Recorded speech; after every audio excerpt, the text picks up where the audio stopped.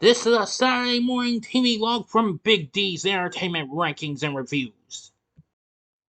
Welcome to another Saturday Morning TVLog, and this time around it's Attack of the Killer Tomatoes, brought to us by Marvel Productions and Fox Children's Productions. Hello again, I'm Dual, the Big D to you. This is Big D's Entertainment Rankings and Reviews. So this week's Saturday Morning TVLog is Attack of the Killer Tomatoes, the animated spin-off to a film I have not yet reviewed, and I've only seen one time. I may have to watch it again, possibly review it to make up for this. Anyway, it's based on that, along with its recent sequel, Return of the Killer Tomatoes, which came out a couple of years before this. It premiered in 1990 on the Fox network. It, of course, was one of the first ever Fox Kids shows to come on there. Now, though it's a sequel to the original film, it's about mad scientist Dr. Gangrene and his associate Igor turning the tomatoes in the town zucchini into monsters. And the evil doctor was battled by young Chad Finletter and its red Tara Bumday, secretly a human/tomato hybrid pretending to be a teenage girl, and FT, a fuzzy tomato pretending to be a dog.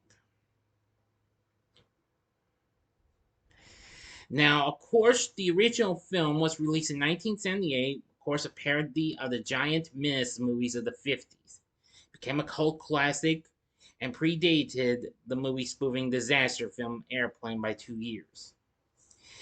It might have remained in that genre had it not been for an unlikely intervention from an equally unlikely source. Yeah, because it was taken on, well, kind of I don't know, a silly little take on it in an episode of Muppet Babies, given the fact that this was actually produced by the same studio that produced the show, Marvel Productions. Anyway, after Marvel's Productions' new parent company, New World Television, whose movie company recently released the sequel, Return of the Killer Tomatoes, which eventually became a surprise success despite getting dissed and what have you. They were pleased with the results of this, and they decided to go for it, tweaking various characters and ideas from both films. And of course, as I've said before, it debuted as one of the first Saturday morning shows on the Fox Children's Network block in the fall of 1990. There was many inside jokes to popular television series and movies that played out during the series' run. It often poked fun at itself or its low-budget film origins. Now, the series picks up 5 years after the Great Tomato War, much as the previous film did, where tomatoes are banned. However, that has not stopped Dr. Gangrene from engaging in his experiments. His ultimate goal is to rule the world, and he will not let anyone stop him. But his most successful experiment may very well be his undoing. Tara, a tomato-turned-human, runs away from Gangrene, taking along her brother, the fur-covered FT, whom she passes off as a dog.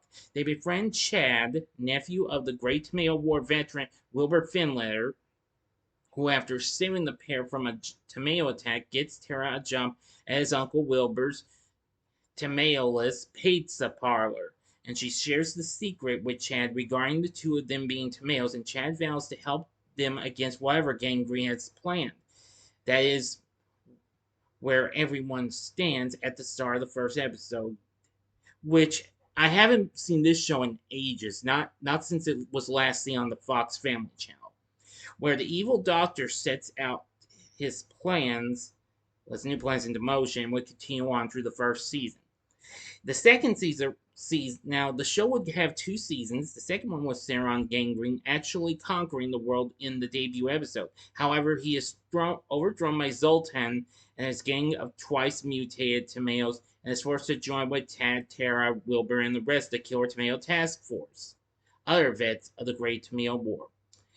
After a couple seasons, the show ended in September of 1991. However, it continued in reruns until 1992, and it would be re-aired in 1996. The Fox Family Channel picked it up to be rerun from 1998 to 2000. Now, there are some episodes available on YouTube if you have not seen the show. Now, the music for the show was done by Haim Saban along with Shuki Levy, who, of course, are certainly no strangers to doing great scores for animated series because, of course, they had recently done music for not just their own studio of Saban, but also for other animation studios, including DeK and Filmation, which that happened to have been closed down. Oh yeah, and Ruby Spears. They composed the music along with John Bello. Now there was an overall total of 21 episodes produced and aired. Now numerous changes from the first season to the second season factored in the cancellation of the series. The series was now animated in a much very different style than what viewers were used to. The second season is known for being the first Saturday morning cartoon series to be computer animated. The single episode plots were done away with in favor of an ongoing storyline, partly due to the series changing story editors between seasons. No more than 8 episodes were made for this season, shown out of sequence in its initial run, no less. The changes to already established characters contradicted facts and events that viewers witnessed in season 1. But anyway, I won't give up that subject. In the final, and well, I tell you, it's such a terror now being able to change into a tomato, even if salt was not utilized at times. Her being a tomato was now public knowledge, and she could move freely around and talk in her tomato form. None of these were true of her in the first season. The final change came in the form of taking the comedy relief provided by Zoltan and the gang of 5 and doing away with that in favor of turning them into serious threats. Yeah. Pitiful. Anywho. Now, as for our voice acting cast, we have Kristen Guzek voicing Chad. I'm checking just to make sure I didn't miss any others. No. Now, of course, he's a pretty good character. And in the second season, he becomes more of a leader by convincing the others to free Gangrene to help their cause. Voicing Tara is Kat Susie. Well, I'm pretty sure you're familiar with that voice, that one, which that same year she voiced Linka in Captain Planet. She also did voices for Tiny Toon Adventures, which also came out the same year. And lots of other shows. There's so many to mention. The Replacements, Rugrats, Danny Phantom, Mighty Max, and plus a lot of other shows. Wilbur is voiced by Tom Bray, who most of you may have seen in some horror flicks such as The Prowler and John Carpenter's Prince of Darkness. You might know him best as Murray Basinski, aka the boss of the 1980s detective TV show Riptide. FT's vocal effects were done by S. Scott Bullock, who was best known for voicing various characters on Danny Phantom. And he's done lots of voice acting work in many other shows. Who may have mentioned, though, unfortunately. And Neil Ross voices the character of Whiteley White, a reporter for the San Zucchini news station. Now, there were various other recurring characters like the Tomato Guy, voiced by Maurice LaMarche, who, of course, who recently voiced Egon in The Real Ghostbusters. And, of course, he later go on to voice the Brain in Animaniacs and Pinky and the Brain. He's a character who appeared in every episode. He would shout, "Tomato!" only to cause anybody in the area to panic, and additionally appears as a speaking extra in various episodes.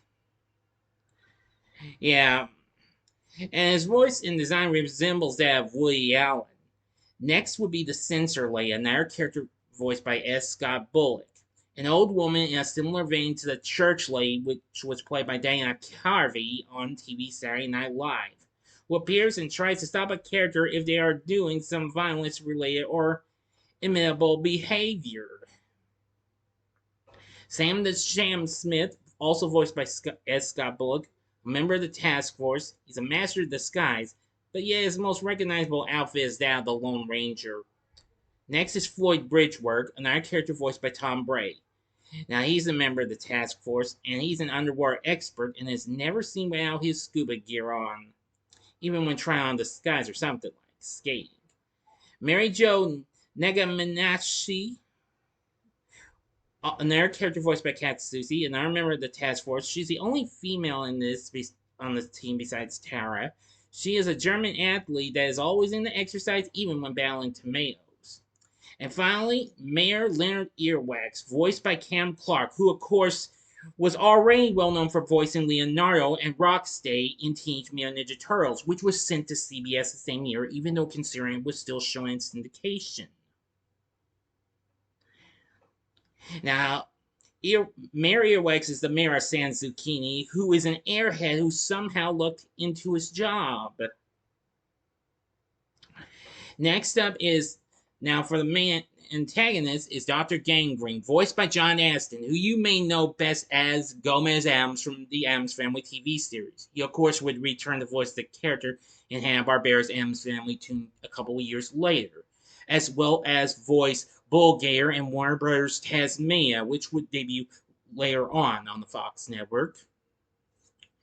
And actually, the same year, well, no, not the same year, the previous year, he recently made a cameo as a janitor in Gremlins 2: The New Batch.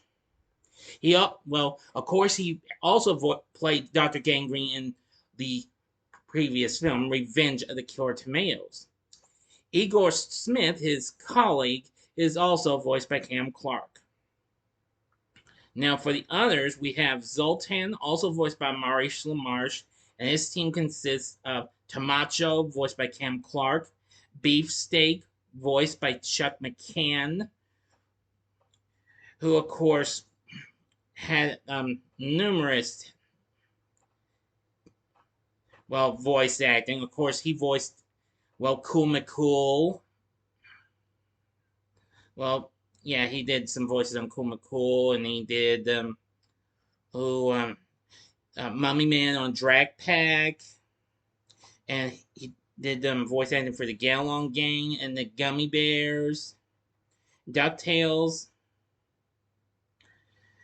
Yeah. Plus a lot of others. Let's see now. Oh, yes. Fang, voiced by Susan Stillo. You mostly would know her best as the voice of Sue from Hanna-Barbera's Pac-Man tune, and also she went on to voice Wuya on Shaolin Showdown. She voices Fang. Then there's Ketchup, another character voiced by Maurice LaMarche, and Mummato, voiced by another Ninja Turtles and Animaniacs voiceover, Rob Paulson, who of course was best known for voicing Raphael. And of course he'd go on Teenage Mutant Ninja Turtles, and he'd go on to voice Wacko in Animaniacs and others. There's the Phantomeo, also voiced by Maurice LaMarche. The Ultimeo, not voiced. Link, voiced by Maurice LaMarche. Same thing with Johnny Tomeo. And there's also Tomeo Mans. There you have it. That's all the characters and what have you. Now, it'd be tough to find shots of the characters and what have you. So, yeah, it can be tough to find them. But if you're interested, if you like Attack of the Killer Tomatoes or Return of the Killer Tomatoes, which I haven't seen that film yet, but maybe one day I'll look into it and see how fun that is. I hope it's a little bit better, as long as I don't hear that terrible song that was in the first film. You really don't know what it is. But anyway, I vaguely remember seeing this. I've seen a little bit of this, but not a whole lot, because I was on the other channel, watching other channels at the time. We just got our Fox network a year before. So anyway, Attack of the Killer Tomatoes, the animated series, it looks like it's a pretty good show. So what did you think of Attack of the Killer Tomatoes animated series? Let me know in the comment section below. If you liked the video, click the like button, subscribe, and be a part of the Big D Nation. And stay tuned, I will be reviewing the Netflix film Heart of Stone in the next video coming up later tonight. So I hope you liked this. If you did, check out these other Saturday Morning TV logs. In the upper left-hand corner is last week's Saturday Morning TV log on the Godzilla animated series. In the upper right-hand corner is my Saturday Morning TV log of the Pac-Man tune, which I mentioned. Or if you'd like, go to the bottom left-hand corner and see the Saturday Morning TV log I did on Teenage Mutant Ninja Turtles, the original series. And the bottom right-hand corner is the button you can click to subscribe if you like rankings and reviews on movies, TV, music, video games, etc., as well as the Saturday Morning TV log. Then I'm your guy. Thanks for watching, and next week's Saturday Morning TV log is The King Kong Show from the 1960s. So until next time, I'm the Big D saying, see ya.